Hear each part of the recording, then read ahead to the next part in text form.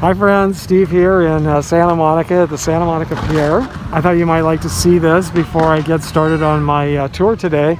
I'm planning to visit some of the final resting places of cast members who are no longer with us from the show Three's Company. So I thought what better place to start than right here at the pier where they filmed those very memorable opening scenes. Remember when Jack was riding his bicycle here and fell into the sand? Well, they rent bicycles here right next to the pier, and you can rent one and ride along the same path that he rode. And I wonder if he rented his bicycle here. The only problem is there's so many choices of bikes that it's kind of mind-boggling. They have hourly rates, day rates, weekly rates, and when it comes to the bikes themselves, they have so many choices. They have bikes for kids, fat tire bikes, cruisers, hybrids, smoothies, mountain bikes, road bikes, fun cycles, and on and on. It's pretty funny. When I was a kid, a bike was just a bike. We just had a couple of choices. Life was definitely simpler back then. As for parking, it's good there are a lot of choices here. If you're visiting in person, you'll find dozens of parking lots and structures, all within a couple of blocks of the beach. The parking lot that I found was a flat fee of $15 for the day. The popular TV sitcom Three's Company was set right here in Santa Monica, California, and the show ran for 8 seasons, airing from 1976 to 1984. If you're a fan of the show, then I'm sure you remember that the opening credits were filmed right here at the Santa Monica Pier. It's been 44 years since those scenes were filmed here, and a few things have changed since then, but it's surprising how many things haven't changed. Before I leave here today and head over to the first cemetery that I plan to visit, I thought you might like to see what the pier looks like today at the end of summer in the year 2020. The thing that surprises me the most is just how many people are here today. I thought I might be the only one, and I wasn't sure if the pier would even be open. We are still in the middle of our national health crisis, but you would never know it here today, other than the fact that all of the rides here on the pier are closed. But as you can see, the parking lot and the beaches are packed. And as I pan around here, I just want to let you know that at the end of this video, I'll be giving a shout out to all of you who suggested that I make this trip. So even though it's closed right now, it's fun to know that the carousel is still here. This carousel was built in the 1920s and has been housed here in this building, which they call the Hippodrome, since 1947. This Hippodrome itself was built in 1916 and is now a national landmark and the oldest building on the pier. This is all I can see of it through the windows. But in my mind's eye, I can definitely see Mr. Furley hanging on for dear life. And remember the view of these buildings from out here in the ocean as Jack and Janet and Chrissy sail by? The view is almost the same as this angle from the end of the pier. So have any of you visited the Santa Monica Pier? Have you taken a ride on the carousel? Or ridden a bicycle along the boardwalk? And whatever happened to bumper cars? When I was a kid, it seemed like all the amusement parks had bumper cars, but I haven't seen one in decades. Do they still exist, or did they all get put out of business by whiplash lawsuits? If you watch all the way to the end of this video, I'll show you more fun stuff here at the pier. But for now, I'm going to head over to Woodlawn Cemetery, which is located just a mile and a half away from this pier. If I had more time today, I could just walk there. According to her Find a Grave memorial page, this is where actress Audra Lindley is buried. Lindley played the very funny landlady, Mrs. Roper. She's laid to rest with her father in section 18. The cemetery is pretty small, so it's not that hard to find. And I'll pan around to give you a better idea of where her gravesite is located.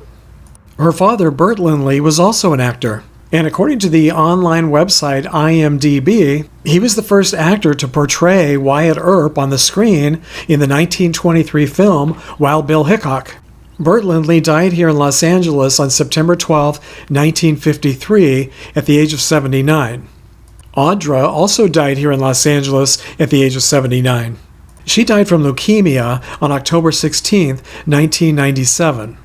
Hopefully her family or someone else will eventually add her name to the headstone along with her father. I'm always surprised at how many famous people end up in unmarked graves. About 23 miles northeast of here is Mount Sinai Memorial Park, and this is where actor Norman Fell is laid to rest. To find and visit his outdoor cremation niche, you enter through the front gates and go straight up the hill until you see this Garden of Heritage section here on the right-hand side. His niche is on this wall just to the right of the mural. This outdoor section is called the Columbarium of Tradition. His niche plaque has become a little tarnished and difficult to read over the years, but his epitaph reads, "A greatly talented and romantic man." And as always, I'm going to pan around so you can get a better idea of what the section where he's laid to rest looks like. On the show, Fell played landlord Stanley Roper. Fell died at the age of 74 in nearby Woodland Hills on December 14, 1998, from bone marrow cancer. He won a Golden Globe Award for his role on Three's Company, and Helen and Stanley Roper were so popular on the show that in 1979 they received their own spin-off series called The Ropers. Right next door to Mount Sinai Memorial Park in the Hollywood Hills is Forest Lawn Memorial Park, and this is where actor John Ritter is buried. To find his gravesite, you enter here through the front gates and you drive straight ahead almost until it dead ends at the top of the hill. His final resting place is located on the left-hand side in the Court of Liberty within the Gardens of Heritage section. Ritter died suddenly and unexpectedly at the young age of 54 in Burbank, California on September 11, 2003. According to his Wikipedia page, he died from an aortic dissection in the hospital where he was born. Providence St. Joseph Medical Center is located right across the street from Disney Studios, where he was rehearsing for his TV show at the time, 8 Simple Rules for Dating My Teenage Daughter. And you can just about see the hospital and Walt Disney Studios from his gravesite. Ritter played Jack Tripper on the show, and he won a Golden Globe Award and an Emmy Award for his very funny and lovable performance. Ritter's co-stars and roommates on the show were Joyce DeWitt, who played Janet Wood, and Suzanne Somers, who played Chrissy Snow. And both actresses are still working. Joyce DeWitt is now 71 years old, and Suzanne Somers is now 73 years old. Richard Klein, who played their neighbor Larry, is now 76 years old. Priscilla Barnes, who played Terry, is now 65 years old. And Jennilee Harrison, who played Cindy Snow, is now 62 years old. After the Ropers left the show for their own spin-off show, actor Don Knotts became the new apartment manager, Mr. Furley. He's laid to rest here at Westwood Village Memorial Park in Westwood, California, just inside the gates in the section to the left. Those are the gates right there that I just entered through. So you can see he has a very easy gravesite to find and visit. And I did recently visit his gravesite for my Andy Griffith video, so I won't spend a lot of time here today. But I did want to stop by for a quick short visit today, just in case you missed my other visits to his gravesite.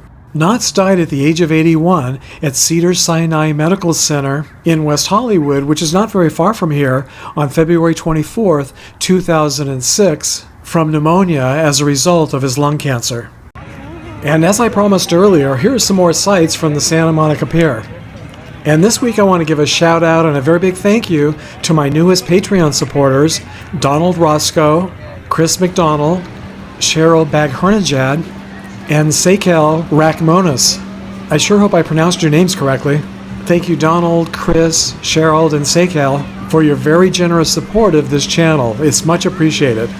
I also want to give a shout out to all the viewers and subscribers who mentioned the show or suggested that I make this trip. Thank you Stephanie Sutherland, Mr. Headbanger 366, Mel the Dark Goddess, JBD Camo Man 73, William L, Rusty Lee 98, Maxaroni Noodles, Manny Loera, William Haggard, Miles High, JP, Quicksilver, Laura Durling, Peterborough K, YNR Supreme, Greg Rack, Daniel Martin, Heather Armstrong, LRW Green Thumb, Material Girl 8707, Linda Savage, Heckin Macris, Freddie and Brenda Bushart, Nita James, Magpie 1, Lori Buchanan, JTX 38, Jose Torrejon, KCB Horror Fan, Lava 1964, Natalie NH, Denise Story, Birdseed 74, Norette Norfleet, and Ritter Critter. So until our next trip down memory lane together, happy travels everybody.